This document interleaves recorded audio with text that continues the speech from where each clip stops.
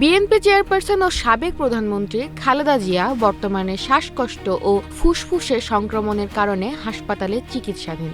তবে তার চিকিৎসায় আন্তর্জাতিক সহযোগিতা পাওয়া যাচ্ছে। আজ বৃহস্পতিবার কাতারের পক্ষ থেকে জানানো হয়েছে, খালেদা জিয়ার সুচিকিৎসার জন্য তারা এয়ার অ্যাম্বুলেন্সের ব্যবস্থা করবে। বিএনপির পক্ষ থেকে দলের মহাসচিব মির্জা ফখরুল ইসলাম আলমগীর গত ২৯ নভেম্বর কাতারের রাষ্ট্রদূতকে এয়ার অ্যাম্বুলেন্সের জন্য চিঠি লিখেছিলেন। কাতারের পক্ষ থেকে এখন এ বিষয়ে সম্মতি জানানো হয়েছে। জীবন অবাক না করলে কে করবে? ২৮% মিল্ক ফ্যাটের অবাক করার সাথে ফ্রেশ মিল্ক পাউডার। জীবন অবাক করুক প্রতিদিন।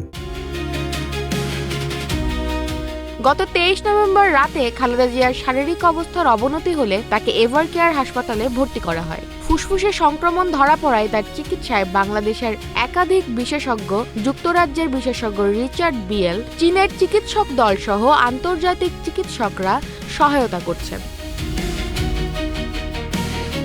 এদিকে খালেদা জিয়ার দ্রুত সুস্থতার জন্য দলের নেতাকর্মীরা হাসপাতালের সামনে অবস্থান নিয়েছেন এবং তার সুস্থতা কামনা করছেন।